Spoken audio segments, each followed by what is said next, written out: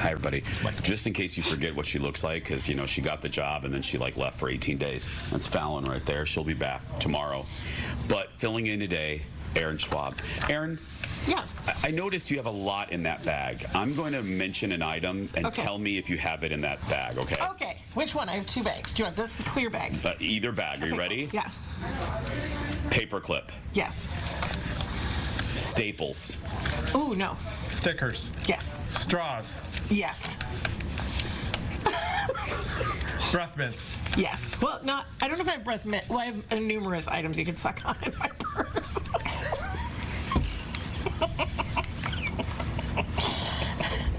I have gum, too. Here we go. Have a seat. Save your energy. We have an hour. I said if I was going to do TV, I was never not going to be myself.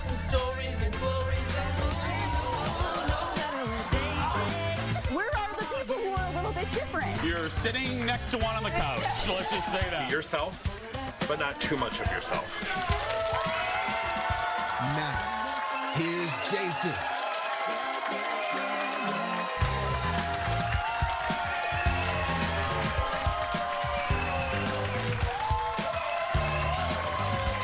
Hi, everybody. Hi. Hi.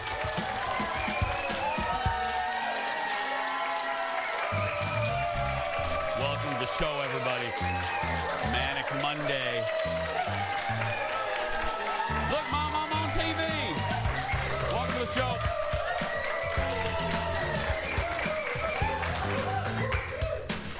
Welcome to the old show. I'm Jace.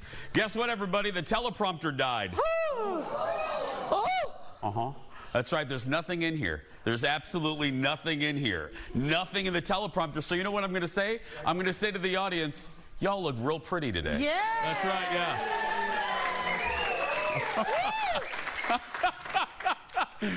Hey, now it's back on. Let's start with this. Look, it's our last week before summer break. We're fine. We're good. Anyway, let's start with this. If you hate bugs, you may not want to look at this. Oh. Because I never want people to not watch our show, but here we go. It looks like the plot of a horror movie, like that scene from Amityville Horror, but it happened this weekend in Rhode Island. Look at this. A swarm of dragonflies invaded a beach on Saturday. The woman... Look at that. The woman who recorded the video says she saw hundreds of them in the morning, but only a few hours later, millions of them arrived. Audience, this isn't AI. We didn't create this morning. Yeah, we don't have the budget for that kind of nonsense. Dragonflies, by the way, are known to be a little randy. This is their mating season. So, yeah, in July and August. Bet you didn't think you were going to get mating season news about dragonflies today. Yeah. Full service show. Leo, cue the music. Let's get started, everybody.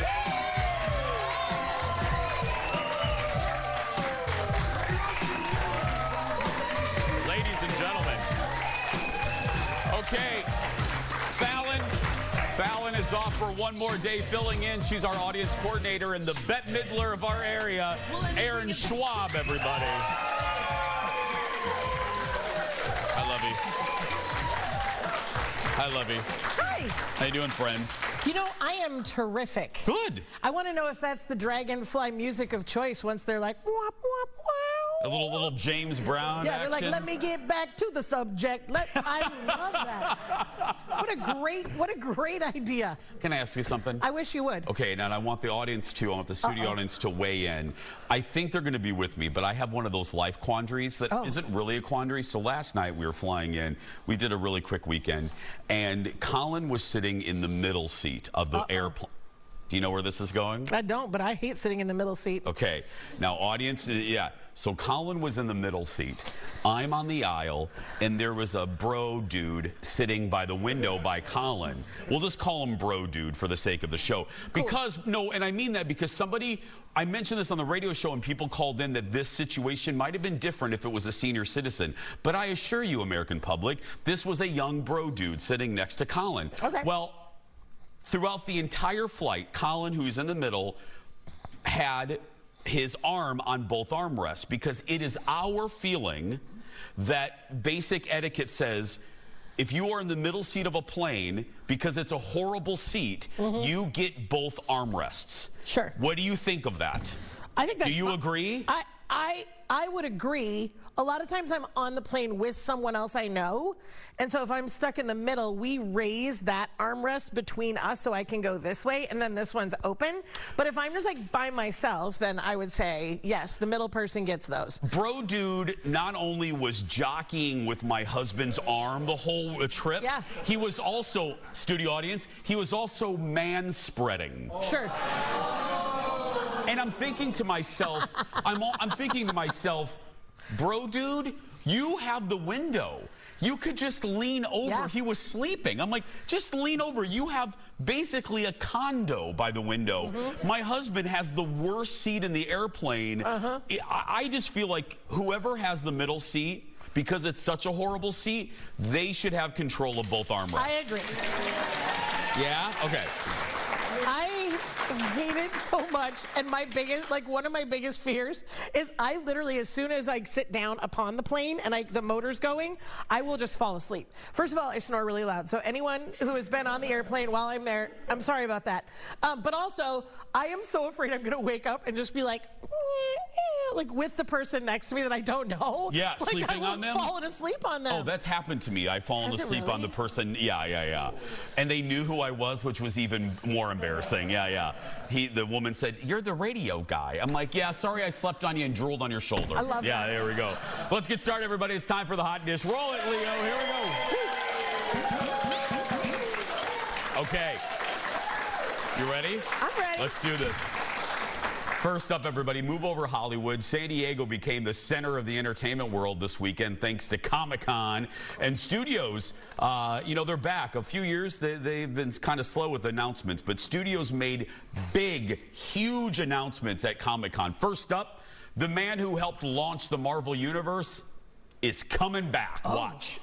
There is one very, very important character that is required, and it could be the most important character in all of the Marvel Universe.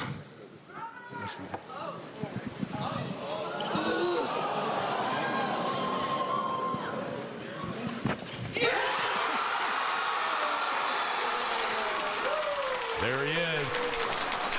Robert Downey Jr. back in the MCU. He's going to be in the next Avengers movie, but he will not be Iron Man. Instead, he's going to be playing the villain, the legendary villain, Dr. Doom. Iron Man, spoiler alert for a 5-year-old movie, Iron Man peacefully passed away. Oh, God. At the end of the last Avengers movie, the audience didn't know what to do with that. The first new Avengers movie comes out in 2026. Oh. Now, I am going to take the positive route on this because I saw some negative Nellies right off the bat saying, oh, this is uninspired. Marvel's not moving forward. They're moving backwards with the casting of Robert Downey Jr. I tend to, let's wait and see. I know that's a very weird concept in this age of everyone being outraged immediately, but let's wait for the finished product and judge it then. I have a feeling the Russo brothers, who are back directing this, who did Avengers Endgame, the boys know what they're doing. Yeah. And I have a funny feeling strategically there's a reason he has been cast and not just a money grab. Can I ask a quick question? In the Marvel Universe, do Dr. Doom, is that his name? Yeah. Dr. Doom and Iron Man have anything to do with each other? There is a comic where there is a connection. I don't want to geek out too much, but there is a connection. There's a comic where Iron Man turns into Dr. Doom. Now, they're saying that's not it, but we'll see. Earlier at Comic-Con, an announcement that made me very, very happy. Michael C. Hall made a surprise appearance at the panel for the prequel series Dexter Original Sin. Not only will he narrate the new show, but he announced he's going to return to the role of Dexter himself in a brand new, thank you, studio audience, that's right. In another Dexter show called Dexter Resurrection, that will premiere next summer. Original Sin, I know it's getting very confusing, will premiere in December on Showtime. Was Dexter a comic? Dexter was a graphic novel many years ago. Thank you. Now, I wish I had so much more information about all of these universes. That's sort of not where I grew up and not what I knew. And so sometimes I'm like, but why? And then they're like, oh, it was a thing. There's like a lot of shows that I love that I'm like, oh, I love this so much. And then it's like, oh, it was a graphic novel, or it was a Marvel comic, or it was a, like, there's a lot of them. You represent probably a section of our audience. Well, before we roll it, Leo, before we roll it, so let me just try to unravel the confusion. Dexter Original Sin is Dexter post-college. It's like it's young Sheldon if he was a serial killer. Oh, okay. Okay, now I get it. Yeah, so here we got our first look at the opening credits of Dexter Original Sin. And if you are not a fan of Dexter, just know all the fans of Dexter are smiling because this is an homage to the original opening title sequence for Dexter, the original Dexter. I saw this, again, I was on a plane and I saw this. Because Dexter, as you know, if you watch, is one of on the list of the top 20 shows of the last 20 years. To me, it's so good. Dexter Resurrection is taking place after Dexter's son, spoiler alert, shoots his dad. Now, we were led to believe that Dexter is dead. I'm not there yet. Well, sorry, but Oh, man. But it's 2 years old. You had plenty of time. We'll be right back. Back in a moment, everybody.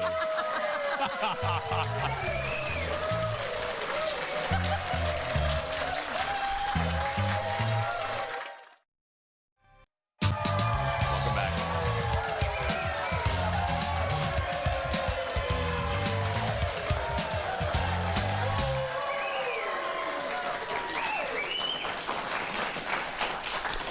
Here's how you know we have a good studio audience. They're basically unsupervised today because you're up here, so they have to clap all by themselves. That's right, yeah.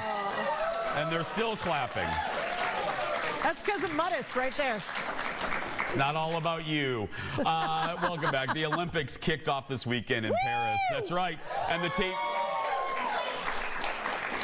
Look, don't get too excited. We can't afford the rights to show you any video. Anyway, but you're going to love this. Come back to the TV. The team at Last Week Tonight with John Oliver, they all noticed a certain trend with newscasters. Watch this. And now, the Olympics have made everyone a little too eager to speak French. The countdown to Paris, opening ceremony of the Olympics just 3 days away. NBC's Keir Simmons live in Paris with all the excitement. Bonjour, bonjour, bonjour, mon ami. Bonjour. Bonjour. Oui, oui. Je m'appelle Amanda. Bonjour. Ooh, I like it. Ooh la la. Merci beaucoup, mon ami. Oh, wow. I don't know what the last part of that was. This is my friend. Merci beaucoup, my friend. Bonjour. Bonjour, Craig. Bonjour. Bonjour, Carson. Bonjour. Good. Au revoir. Chat. À la mode. Chat is cat. Chat is cat? Chat is cat. What? Oui, oui. There will be a lot of that over the next 3 weeks. In Paris, oui, oui. Don't know how to speak French. Maybe you got to get some croissants this morning, or as they say in Paris, croissant. I don't know. I didn't take French. That's not what they say at all. Not what they say. That's not how you pronounce it. I weep for our industry. Yeah.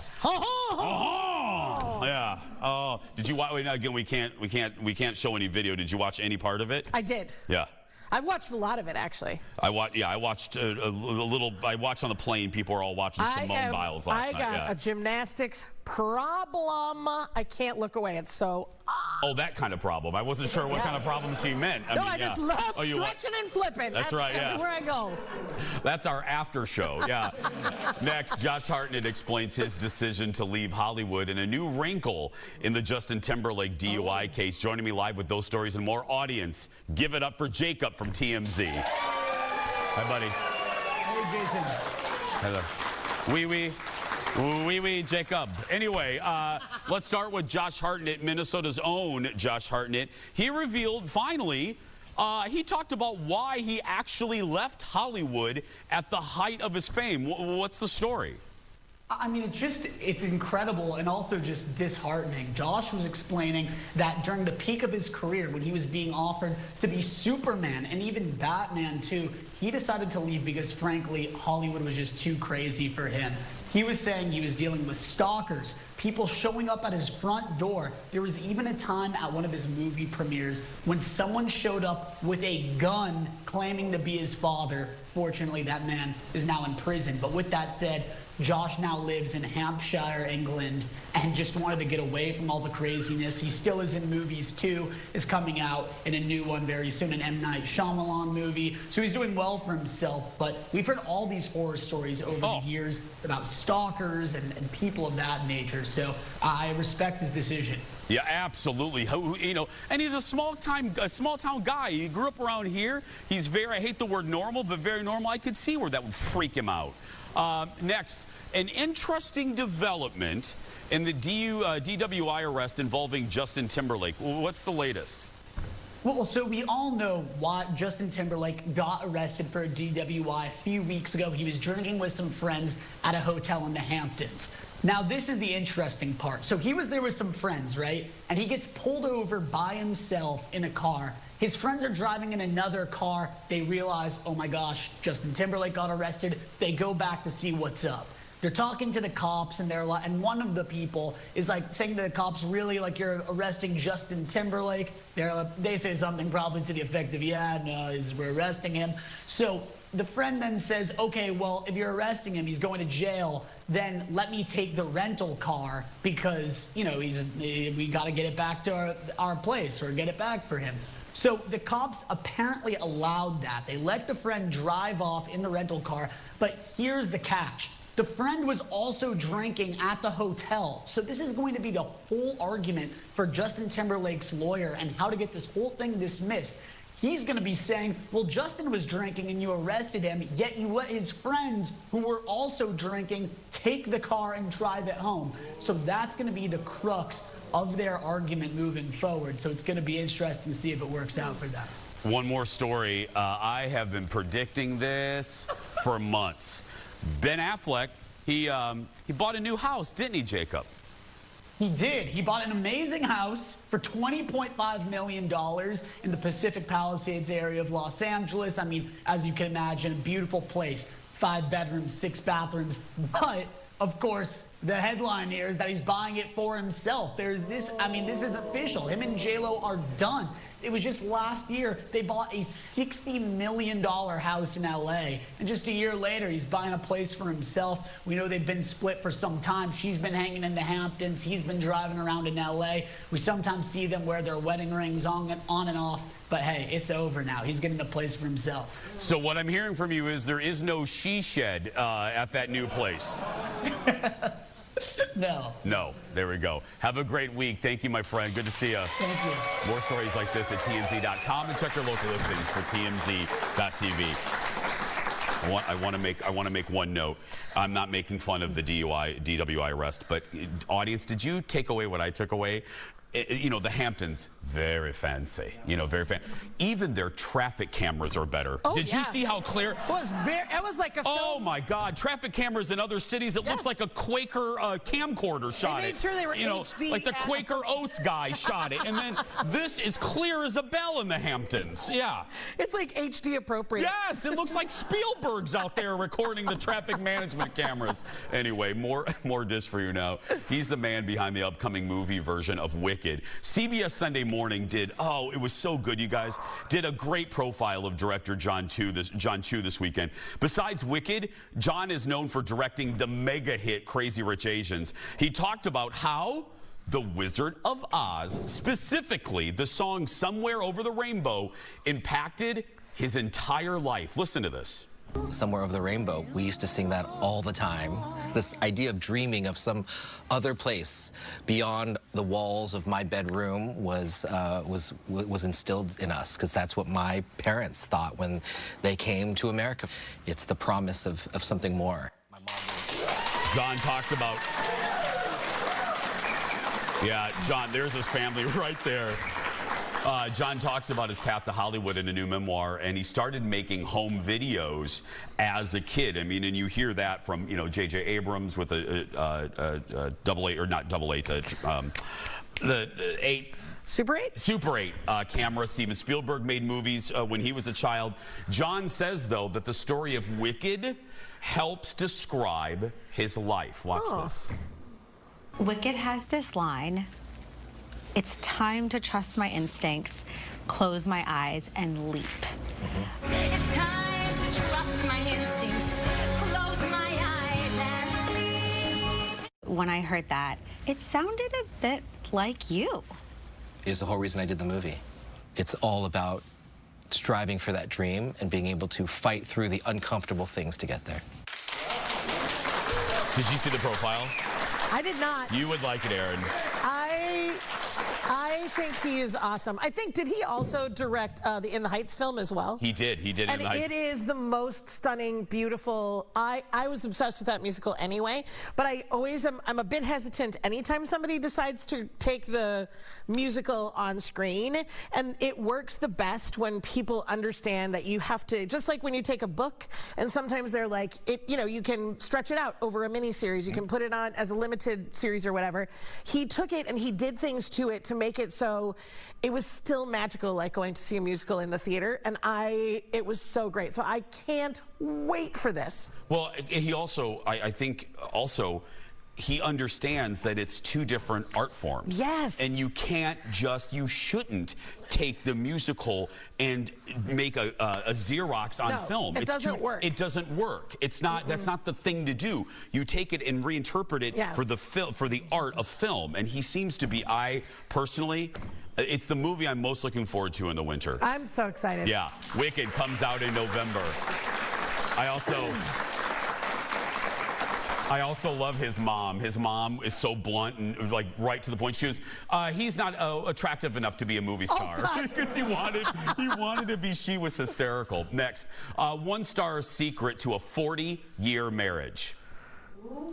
Thank you, row 2. She clapped. She didn't even know what the secret is yet. And she just turned 18. She just turned 18. So yeah, separate beds. Woo! Bette Midler front, yeah. Bette Midler recently talked to Entertainment Tonight and revealed that she has slept in a different bed than her husband since they first started dating in '84. One reason, simple. He snores. Bette says they've learned to give each other plenty of space in the relationship. She married her husband 6 weeks after meeting him. And as you know, they're going to celebrate their 40th anniversary in December. So something must be right. Yeah. I snore and sleep in a whole different wing of your house? I sleep on a different floor than my husband. Really? Yeah. Is that true? Yes, it is true. Absolutely. Oh. Yes. I literally snore so loud, like things shake in my home. Yeah. Seriously? Yeah. Feminine, delicate flower, this one. Could you record that sometime for the show? Literally, just so you know, my husband and my daughter and my best girlfriend, who was in a hotel, they all record it all the time. I have recordings of me snoring that they send me all the time. I'm not. It's so awful, you guys. I don't do that, but I do. We don't sleep together at all. I sleep in another room because, well, my schedule's wackadoodle, and we just like the space. It's like I'm 6'2", for heaven's sake. Yeah. I'm like a baby seal in the bed, you know. And I also spread out like a starfish when I sleep. Yes, he does now. Colin used to not be into it. Now he loves it, and he is like a starfish. Yeah. He just spreads out on the king. I would just push people right out the bed. Do not care. Yeah. Just get out of my area. Get out. We're going to take a break. We'll be back right after this. Back in a moment, everybody. The world is moving so fast. We're always on our phones. It is a digital world. So how do you stay real? We're going to tell you. And then a little bit later, my review of the #1 movie in the world, Deadpool and Wolverine. And we're opening up the Jason Show mailbag to read all of your comments about our show, about us, our hair, our clothes, everything. That and more when we come back.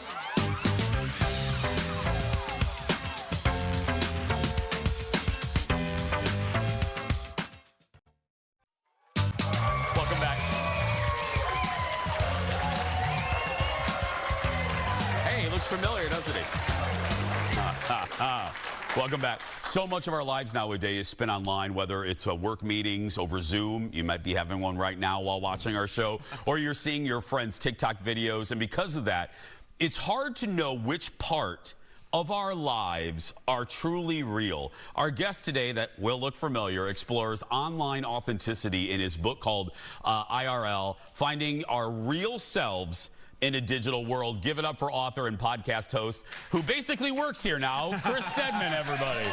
Welcome back. Thank you. Thank you. I look forward to having an office soon.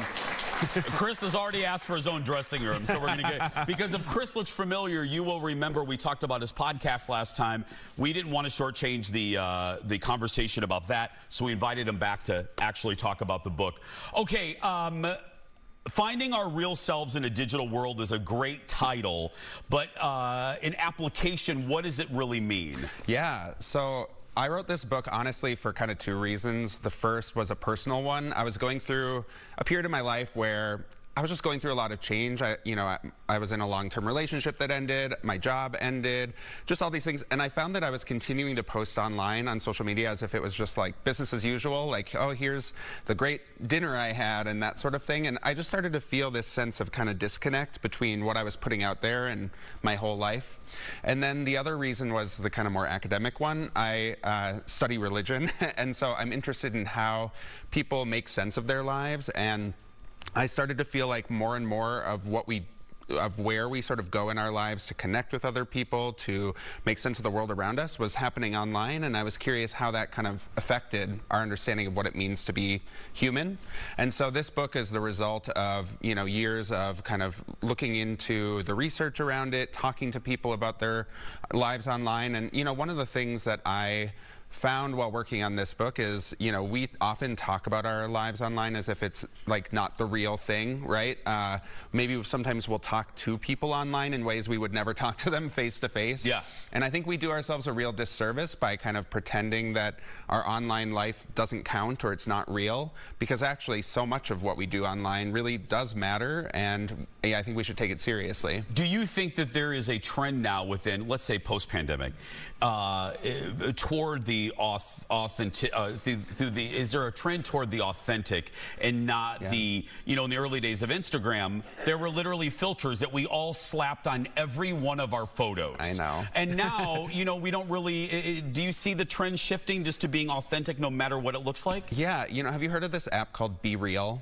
I have, yes. So that came out after I finished writing the book, but I really think that Be Real is an indication of like a shift in this direction. I work with students a lot, and I feel like they grew up in the Instagram age, and so I think they kind of are reacting against this highly curated, highly filtered sense of online identity. And I think one of the reasons why young people really love Be Real is because it's this app for maybe those who haven't used it. I was going to say, explain it, yeah. You basically get this notification at one point in the day that it's time to be real, and you take a photo of whatever you're doing, whatever's right in front of you, and then it also takes a photo of you, and it's unfiltered, and you only get that one shot. You can't retake it. And I think people like it because it gives them a sense of not only other people's lives and how mundane they really are in reality. We're all living these lives that aren't nearly as exciting as they look online. But also, it's kind of this accountability tool. It forces you to just show your boring life too. Yeah. And so I think that's why people like it. Are you finding also, did you find in your research that I guess in practice you see people, everybody's on their phone. I was just in Florida, and somebody was experiencing a ride through their phone, and I'm like, you're not in the moment. Mm-hmm. Is there a backlash toward that, as far as we're not really experiencing things anymore because we want to post about it, and we want to capture it? Yeah, it's sort of a double-edged sword because, I've read a good amount of research, for example, on how human memory works. And now that we kind of offload a lot of our memory to our devices, like we're going to take a bunch of pictures in order to remember a trip, we actually don't recall things as well because we're so focused on documenting that we don't actually experience as much.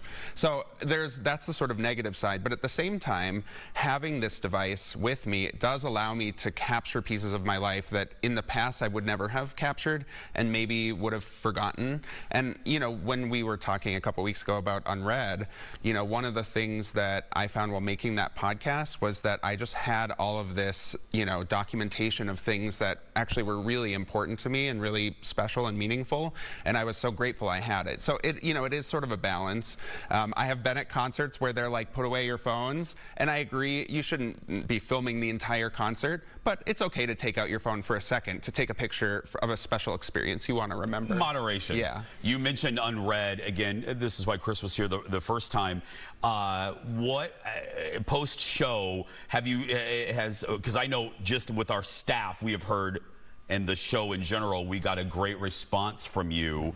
Have you seen a slight uptick in DMs and people contacting you about the podcast? Absolutely. I mean, social media for me has been a huge part of how I've connected with the world.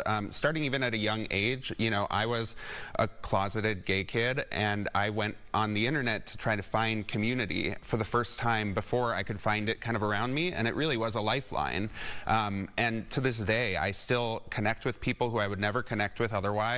And there is all kinds of research that shows that having a broader network of people from lots of different backgrounds and experiences makes us more well-rounded. And so, you know, hearing from people, like you said, about the podcast, I mean, that has just been so meaningful and special, and one thing that I really cherish about that experience. And so, you know, again, there are, I think, balance in all things. Yeah. You know, finding all of your community online, I think you know, that's maybe not the healthiest thing, but I think having a mix of both ultimately makes for a healthy life. If you want to listen to the podcast, it's called Unread, wherever you get your podcast, and the book. I'm so glad you came. Thank you for coming back. And again, because we will. The next time you're here, we'll get you your own dressing room. That's right. Finding our real selves in a digital world. Give it up for Chris, everybody. It's in bookstores, Amazon, wherever you get your books, man.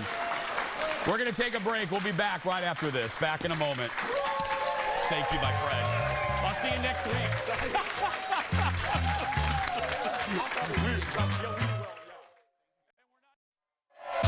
Welcome back to the show. 5 more shows on this set, and that's it.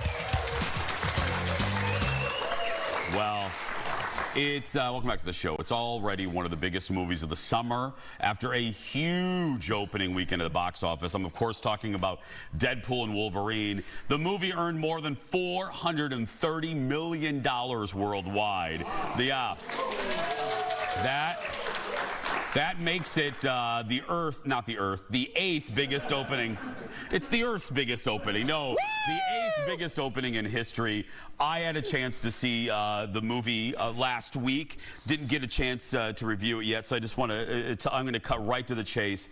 I loved this. Woo. I loved this movie so much. It is, now look, I will say, a little advice with my review. If you haven't seen any of the Deadpools, I was thinking about this, like, what homework should I assign to you in order for you to enjoy it? Here's what I would say. I would see at least one of the Deadpools, and I would maybe see one of the X-Men movies, or the last movie called Logan, which featured Hugh Jackman's character of Wolverine. I would have some basic knowledge of that, and I also want to help you out. I've told you that I love the movie, so I thought, oh, instead of just giving my review, you've heard 8,000 reviews. Here's what I want you to do.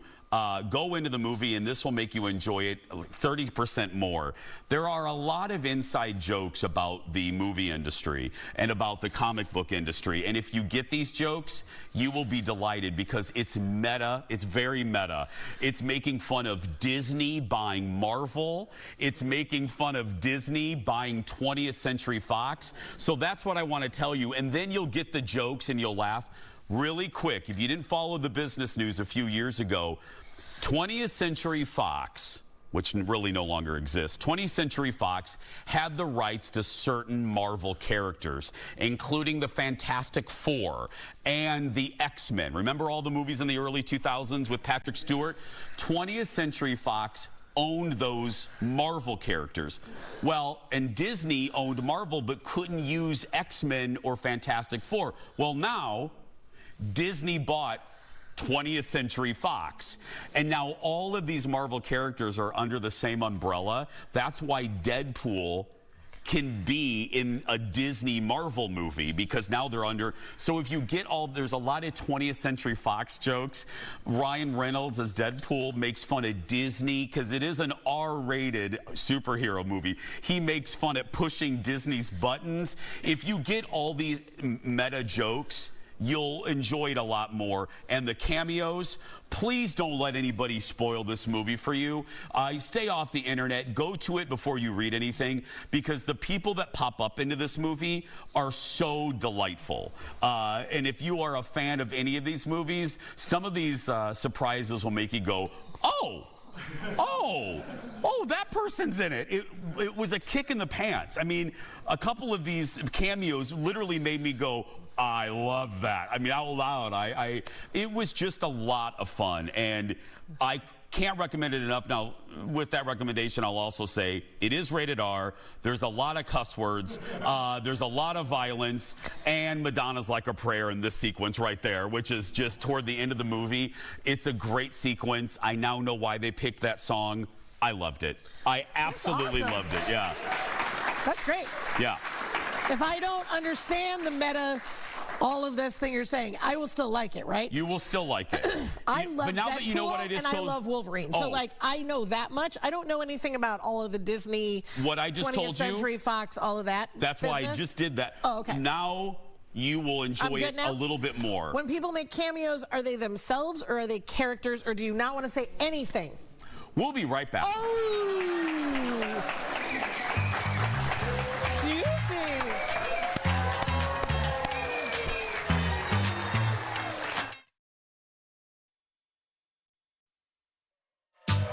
Oh, we're back. Okay.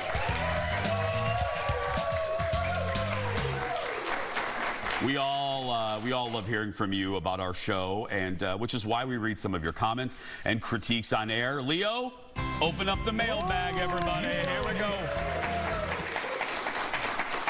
Okay, you know, we have just a few topics because we got such an abundance of email about just a few topics this week.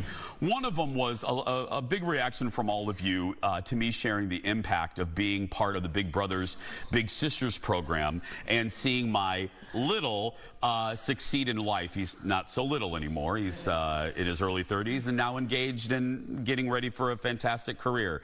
Danielle says, you're an amazing role model for more people than you will ever know. Thank you, sweetheart. Debbie says, we, the viewers, are blessed to be able to watch and listen to the show. Your stories are real and relatable. We laugh at the silliness and we cry with you when you're being vulnerable. And Andrea says, stories like this are what makes this show so special. I'm so glad our Cedar Rapids station started carrying your show. And Nikki says, as a person that was a little and has a big that she still talks to, I want to thank you for making a difference in Bren's life. Big Brothers, Big Sisters can do a lot for a person. I know that it's done a lot for me. Yeah. That's awesome. Yeah. It's great. It's great. It really, I'm glad I got the CEO, Pat, of Big Brothers Big Sisters Twin Cities, saw the segment and spread it out over there, you know, put it on their social media. And I just hope they see an uptick in Bigs. You said it so well. It doesn't take a lot of time to volunteer for that program. It doesn't, and that might not be the exact right space for you either. And so, like, you can make a difference many places in many ways. It is a very small piece of what you have in your life to offer somebody, but it makes a big difference. To make a young person feel heard, seen, and valued is just, it's important any way you can do it. Absolutely. So, yeah. So whatever city you're watching us from, find your Big Brother, whatever program, whatever mentor program is in your, do it. Trust me, it'll change your life. Up next, the story we never expected to go viral. Last week, we talked about Mindy Cohen's reveal that one member of her Facts of Life cast tried to do a deal behind their back, leading to a big conflict between the four ladies. Well, my breakdown, my Steve Kornacki breakdown of the story is making the rounds on YouTube with more than 75,000 views as of this morning. Yeah. Now, people care. People care about the facts of life. My comprehensive research and Steve Kornackiness led me to conclude it was likely Blair who did the cast dirty. Yep. Well, Ashley says it was simply enthralling watching you utilize such keen skills of deduction to get to the bottom of this. Amy Marie says, not a big surprise it was Lisa, just a big disappointment. Thanks a lot, Blair. One YouTube user said, the problem with Mindy not naming who it is it leads to speculation. I think Mindy is a pot stirrer. Stacia says, that was hilarious. Please make CSI Celebrity Scandal Investigation a regular segment on our show. Yeah. That's literally what I was just sitting here thinking. It's so good. And Julie commented to say, please tell me you're going back to the big board when needed in the future. Yeah. If you have a celebrity problem you'd like solved, send it here. I'll Steve Kornacki my butt off right there. Yeah. Okay. Hey, look. A comment about our fill-in sidekick, Aaron Schwab. Yeah. Now, here we were last Thursday when Aaron stepped in for Fallon, who's taking just a few days off for vacation. Robin wrote in to say, Aaron is absolutely stunning today. Oh, snap. Then she writes, who says an old chick can't shine? Yeah. Jason, you still look handsome too. Yeah. I mean, we're just really a couple of old chicks looking good. I mean, truly. Let's be honest. That moniker is applicable for the both of us. Since you're almost 50. Exactly. I'm here for you at 53 to let you know it's still good. Are you on the 50? Are you on the 50 bridge waving to me? I am. I'm like, come on over. Let's go. Also, it just gives you more permission to just do whatever the hell you want. Believe me, I am. Yeah. Finally, some great comments about last week's Staff Best Thing Ever show. Mary Kay says, loved executive producer Jeff's Best Thing Ever, a set of compression packing cubes. I ordered the 4-piece set and received everything on Wednesday. They are good. They're good quality and cute. Can't wait to use them. And Mary commented on my pick, the online tie store, the tie bar. She said, please tell me you bought the flamingo tie. No, but after looking at it right there, I think I am going to buy that, actually. I love it. We love it. You can see all of those segments on our YouTube and our Facebook page. We're going to take a break. We'll be back right after this.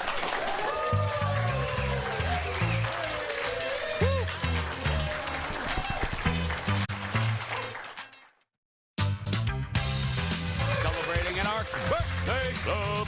They get the pin, the sash, and up to $20 of free play at Grand Casino. Sign up for the club at eventbrite.com. Now, keep in mind, folks, we will not be doing the club at the Minnesota State Fair shows. The club will return in September, and we will return after this. Stay right there.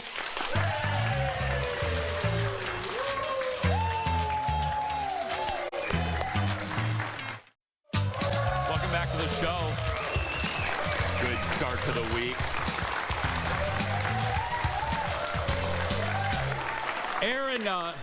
Aaron Schwaberini brought up a really good point. You know, I just talked about the birthday club, and as you've heard me say 1,000 times, we're getting ready to be on a little bit of a break for the beginning of August, and then we're at the State Fair. So birthday club people, we're going to make it so that you can still come and register to get your sash and your pin and all the fun. Even if your birthday is in this last couple weeks of August, if we'll have that happen, we'll stretch that out. So in September, you can register for further back than what it was. Yeah, so you can get the sash. We want you to be able to get your business. Come in. The sash, the lap dance, everything you were promised. Yeah. That's Bjorn, though. That's season 10. That's season 10. Yeah. We can't do it this season. That's the budget for next season. But yeah. And speaking of the State Fair, if you're watching us from other parts of the country, it's one of the biggest fairs of the year, and we are going to be doing 2 weeks of shows there. You do not need tickets to the show, but you do need tickets to the Minnesota State Fair. Don't walk up to the gate and say, Jason told me I didn't need a ticket. You do need a ticket to the fair, and you can come find us. Look for the Fox 9 building. Sorry, I can't buy you a ticket. Yeah. Hey, tomorrow it's a favorite summer drink. Foodie Queen Stephanie Hansen is back with her recipe for a frosé. Ooh. I've never had frosé. What? Nope. We'll talk about that tomorrow. But right now, Fallon's back tomorrow, too. Go out there and be yourself because nobody can tell you you're doing it wrong. Thanks to Aaron for filling in. Thanks to this audience. Have a good day, everybody.